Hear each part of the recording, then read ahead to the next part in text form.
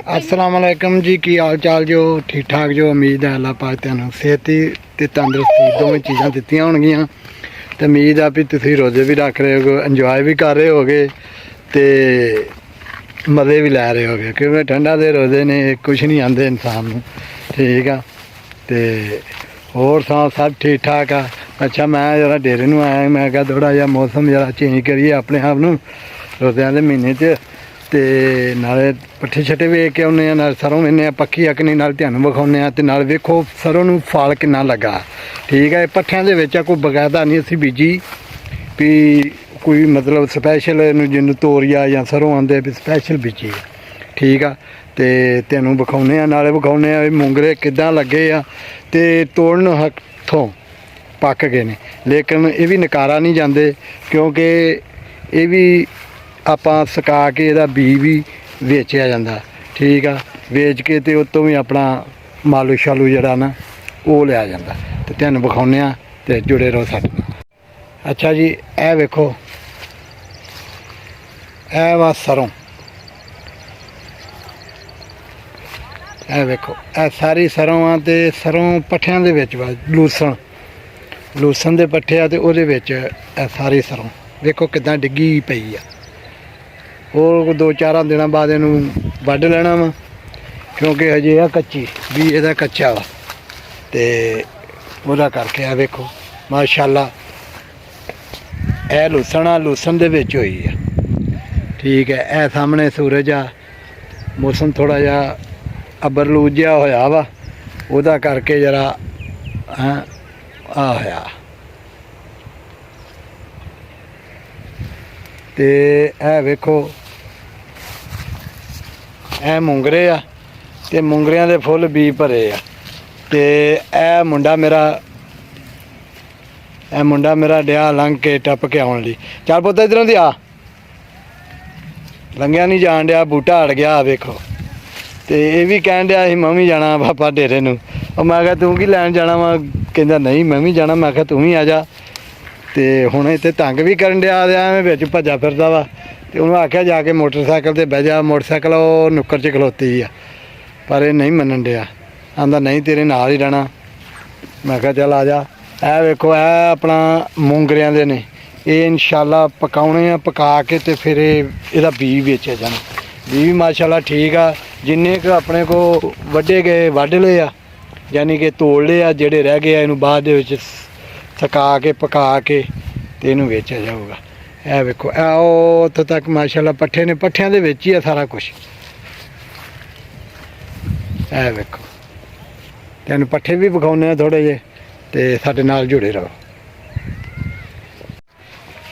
ए सारा ओ मैं उहनूं हुण भजाया, उहनूं मैं कहा तू जा के मोटरसाइकिल ते बह, नाल आउण डिया ते तंग होण डिया सी ते ए वेखो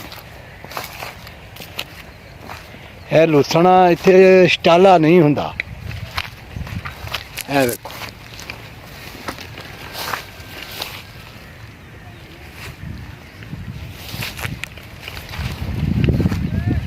ए वा पैलियां ते पैलियां च ए जेहड़ा लूसन आ, लूसन दे विच ही सरों ते बन्नियां दे उत्ते ना असीं ए मुंगरे लाए, जेहड़े मुंगरे सारे कुछ टुट गए, जिन्ने टुटे तोड़ ले, जिन्ने बच गए वो हुण पक गए आ।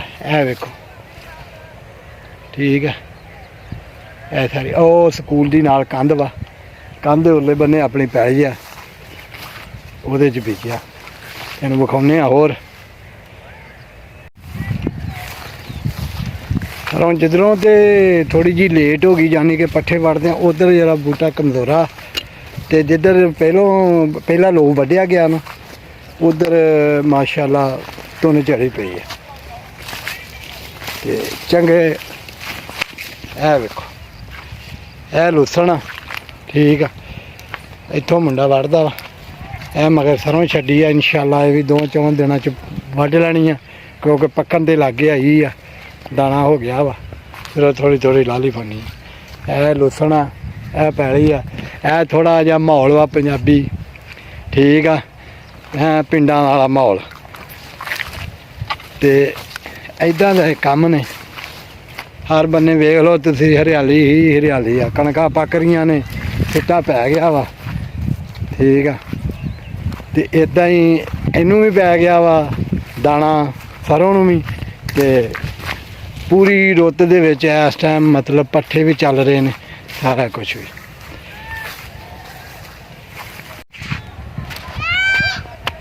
ਇਹ ਵੇਖੋ ਟਟੋਲੀ, ਉਹ ਜਾ ਕੇ ਬਹਿ ਗਈ ਆ। ਇਹ ਚੀਜ਼ਾਂ ਜਿਹੜੀਆਂ ਨੇ ਨਾ, ਇਹ ਰੁੱਤ ਦੇ ਨਾਲ ਹੀ ਸੋਹਣੀਆਂ ਲੱਗਦੀਆਂ ਨੇ। ਹੁਣ ਜਦੋਂ ਜਦੋਂ ਗਰਮੀ ਪੈਂਦੀ ਜਾਣੀ ਆ ਨਾ, ਤੇ ਹਰਿਆਲੀ ਘਟਦੀ ਜਾਣੀ ਆ। ਯਾਨੀ ਕਿ ਜਿੰਨੀ ਹੁਣ ਸਰਦੀ ਦੇ ਵਿੱਚ ਤੇ ਠੰਡ ਦੇ ਵਿੱਚ ਜ਼ਿਆਦਾ ਹਰਿਆਲੀ ਹੁੰਦੀ ਆ, ਗਰਮੀ ਪੈਣ ਲੱਗ ਪਏ ਫਿਰ ਕੁਝ ਚੀਜ਼ਾਂ ਜਿਹੜੀਆਂ ਨੇ ਉਹ ਨਹੀਂ ਗਰਮੀ ਬਰਦਾਸ਼ਤ ਕਰਦੀਆਂ, ਤੇ ਉਹ ਫਿਰ ਸਣ ਲੱਗ ਪੈਂਦੀਆਂ ਨੇ। ਬਾਕੀ ਅੱਲਾ ਖੈਰ ਕੀਤਾ। ਤੇ ਇਹ ਸਰੋਂ ਇਨਸ਼ਾਅੱਲਾ ਥੋੜ੍ਹੇ ਦਿਨਾਂ ਤੱਕ ਹੀ ਵੱਢੀ ਜਾਏਗੀ।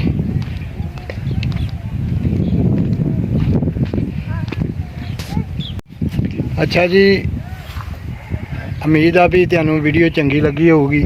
ਥੋੜ੍ਹਾ ਜਿਹਾ ਦੇਸੀ ਜਿਹਾ ਮਾਹੌਲ ਤੁਹਾਨੂੰ ਵਿਖਾਇਆ, ਹਰਿਆਲੀ ਸ਼ਰਿਆਲੀ ਵਿਖਾਈ ਆ ਪਿੰਡਾਂ ਦੇ ਵਿੱਚ, ਜਿਹੜੀਆਂ ਪਿੰਡਾਂ ਦੇ ਵਿੱਚ ਸ਼ਹਿਰਾਂ 'ਚ ਇਹ ਚੀਜ਼ਾਂ ਨਹੀਂ ਮਿਲਦੀਆਂ, ਠੀਕ ਆ। ਵੀਡੀਓ ਚੰਗੀ ਲੱਗੇ ਤੇ ਲਾਈਕ ਤੇ ਸ਼ੇਅਰ ਕਰੋ, ਚੈਨਲ ਨੂੰ ਸਬਸਕ੍ਰਾਈਬ ਕਰੋ। ਅੱਲਾਹ ਹਾਫਿਜ਼, ਬਾਏ ਬਾਏ ਕਰ ਦੇ, bye bye, bye bye, bye bye.